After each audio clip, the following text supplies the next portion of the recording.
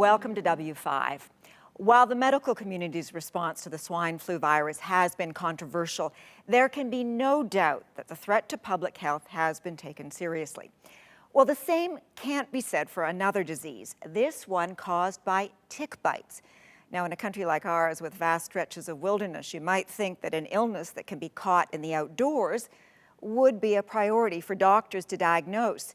Instead, this tiny microbe is frequently missed, patients' complaints dismissed, as the medical system seems unable to deal with a disease that comes literally out of the wild. It is called Lyme disease. Thousands of Canadians who are afflicted are often told that there's nothing wrong with them, that they're delusional or psychotic.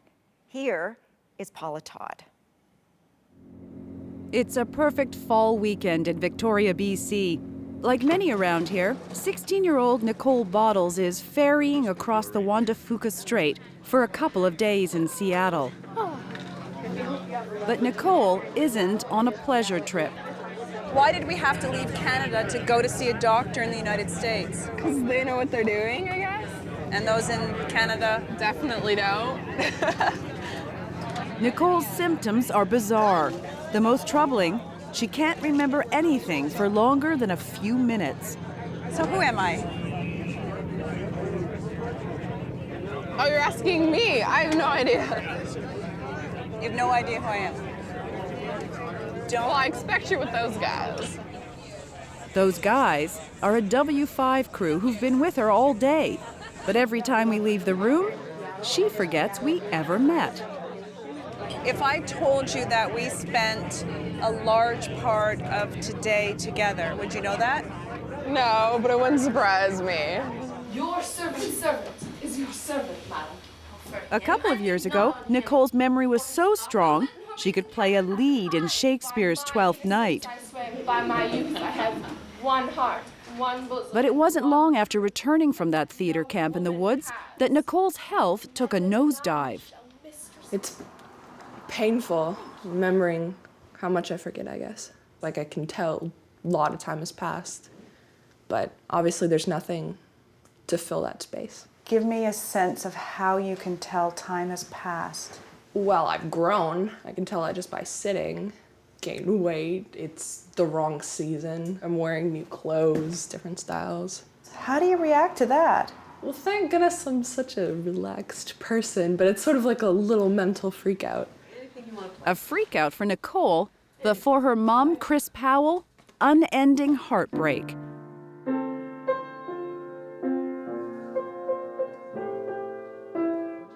Watching her talented daughter's memory disappear and her health decline. I remember every minute, every blackout, every moment of pain you've had. And then when you go to the doctors, they're supposed to help you and they won't help you. What does that feel like? Oh, it makes me so angry. And it's not just her memory loss that Canadian doctors can't explain. Nicole has a host of other symptoms too. I have breathing problems, and that was probably the first thing that started. Swelling sometimes. The worst symptoms are probably the ones you can't see, which are the pain everywhere. In the autumn of 2007, her parents took her to a local doctor. The GP was stumped, sent her to a specialist, the first of many. Pretty much every doctor in Canada that I've been to was very unhelpful. They probably created a bigger problem because they just kept shipping me to different doctors and specialists. With no answers from the doctors, Chris started searching on her own. She found an online checklist of symptoms of Lyme disease. Nicole had 3/4 of them. Yet none of Nicole's doctors would even test her for it. Frustrated, Chris sent a sample of Nicole's blood to an American lab, where it tested positive for Lyme disease. So Chris took Nicole to the U.S. for treatment. She was one of the sickest young women I've ever seen. Although Dr. Stephen Harris treats many Lyme patients, he was shocked at Nicole's condition. She was brought in a wheelchair, unconscious, very terrified, screaming oftentimes. She was drenched in sweat. Harris recommended intensive antibiotic therapy to wipe out the Lyme bacteria in her system. But to get it, Nicole stayed in the U.S. for 8 months. Chris and her husband Dave sold the family home to pay for it all. We have medical bills of about $90,000. The IV antibiotics are $1,100 a month.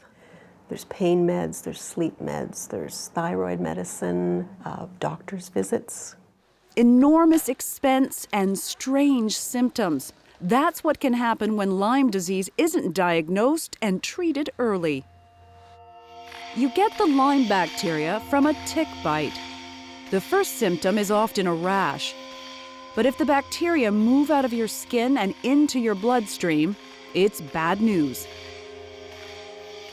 And now it's hopping the freight train to anywhere you want to go in the body, in the brain, in the joints, in the lungs, in the liver.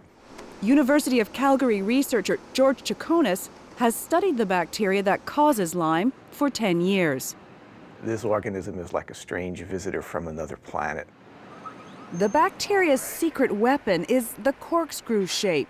It can actually burrow through tissue.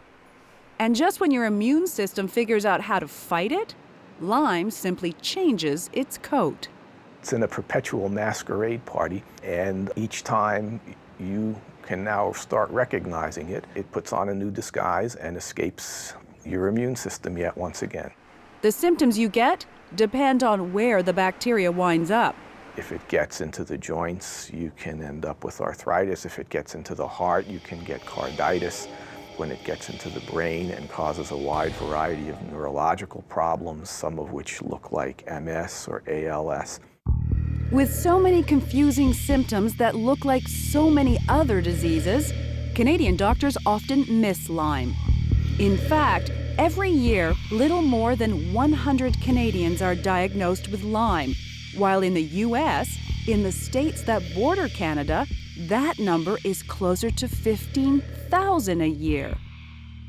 There's a saying in medicine, if you hear hoofbeats, think horses, not zebras, meaning look for the common disease, not the exotic one.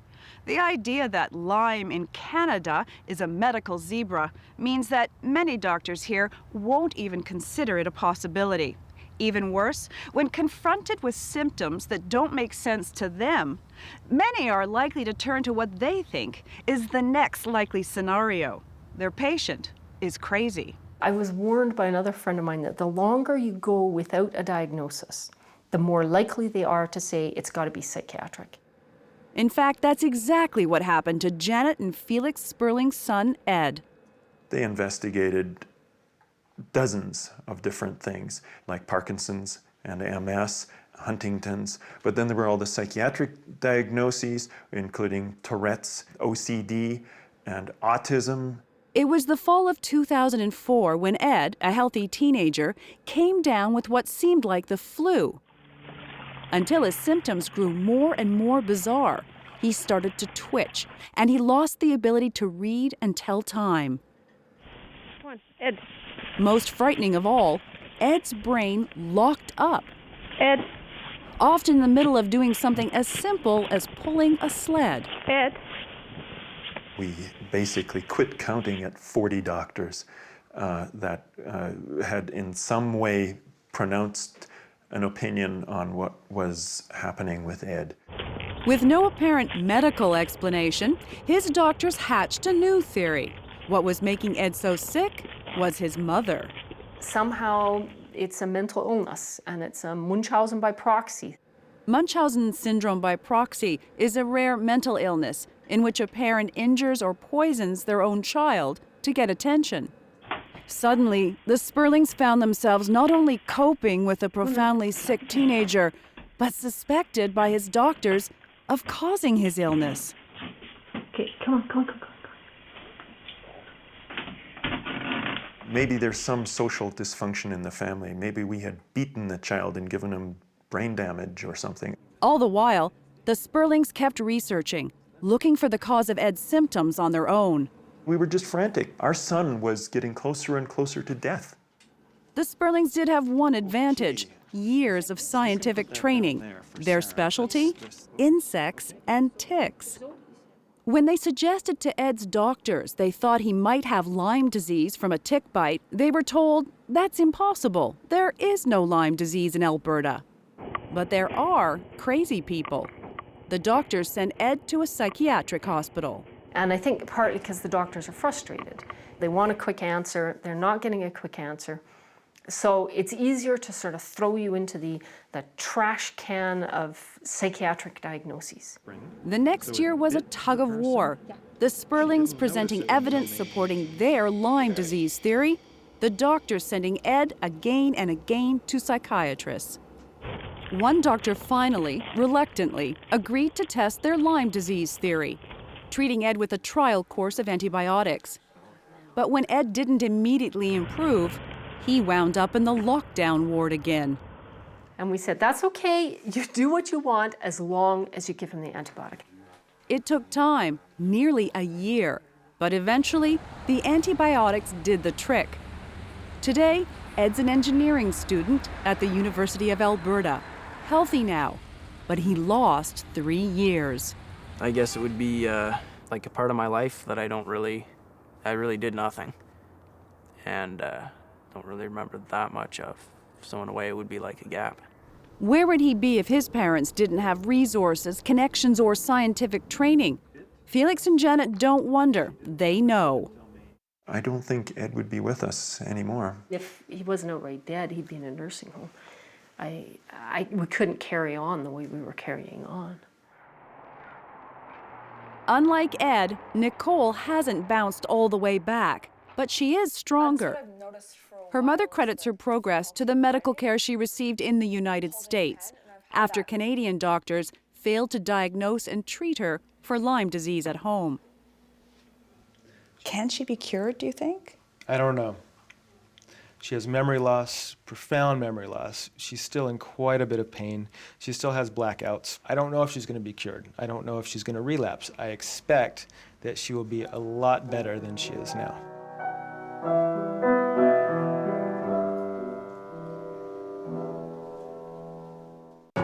Next, it's a parasite. It wants a free lunch. Understanding Lyme disease. The enemy here is ignorance. Why aren't Canadians getting the help they need? Felt like I was being abandoned by the medical system. When CTV's W5 continues.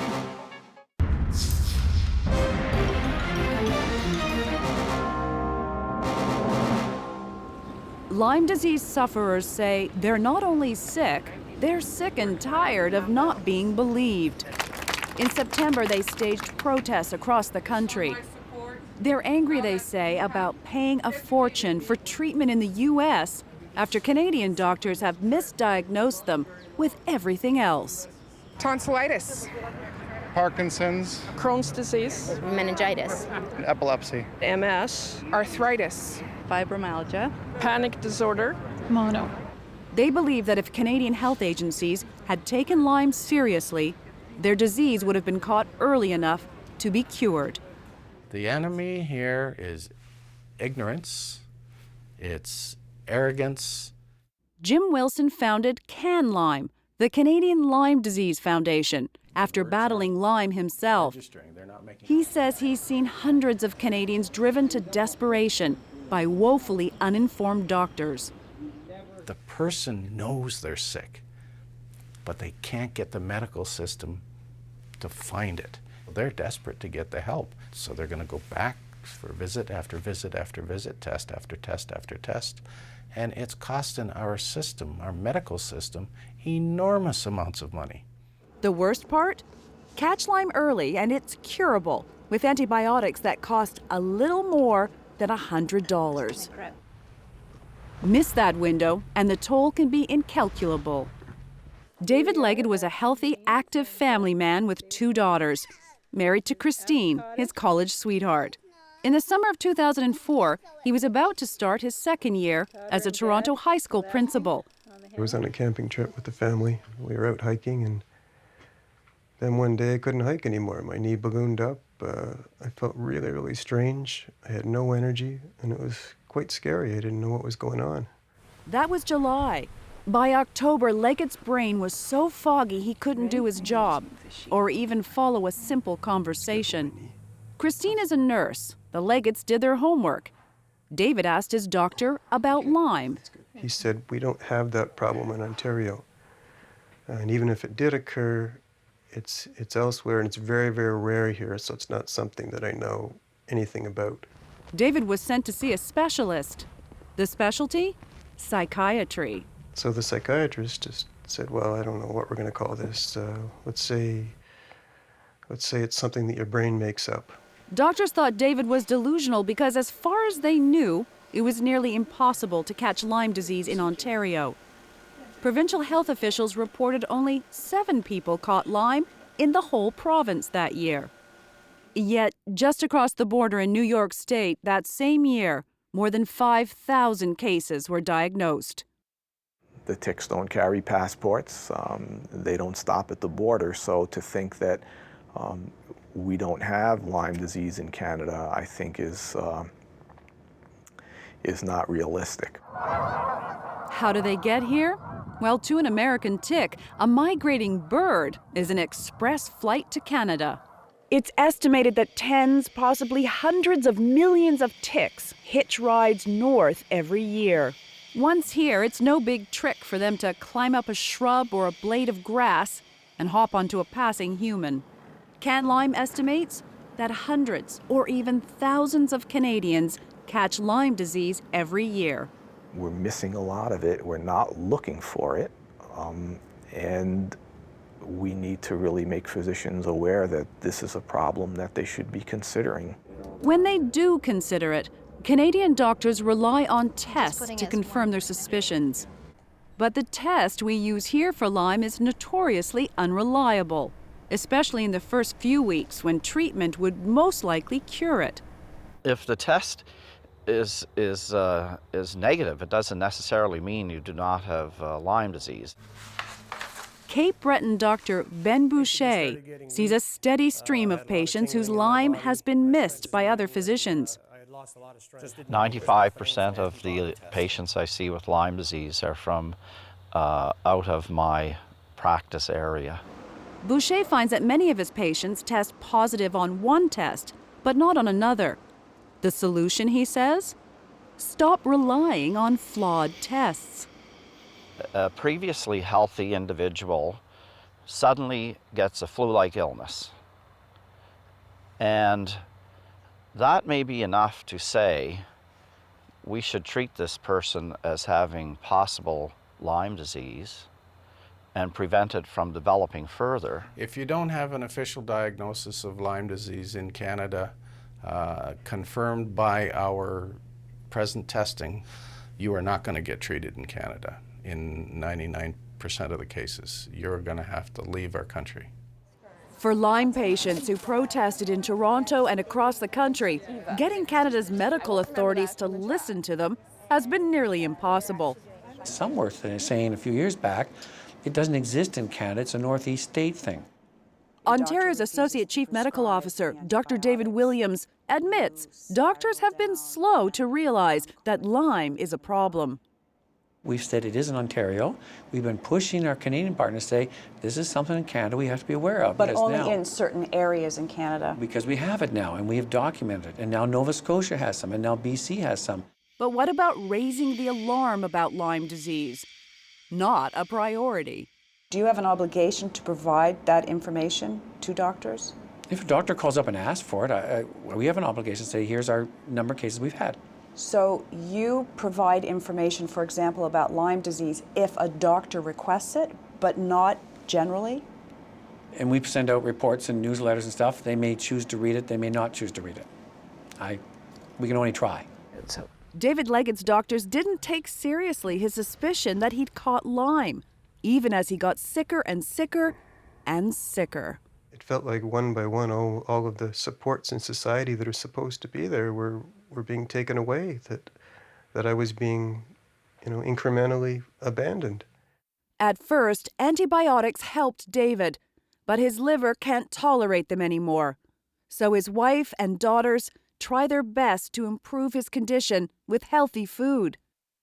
Every day, he confronts the possibility that he may be among the 20% of long-term Lyme patients who never get better. Do you ever feel like just giving up? Yes, I do. Not every day, but mostly every day. I mean, I do want to get well. Do I think I'm going to get there? I don't know. The harm and the tragedy of Lyme disease is that you need to catch it early to have Yes. the best possible chance of curing it. That's right. If I'd known, I could have gotten treatment, and then perhaps I wouldn't be in this boat. And W5 will be right back.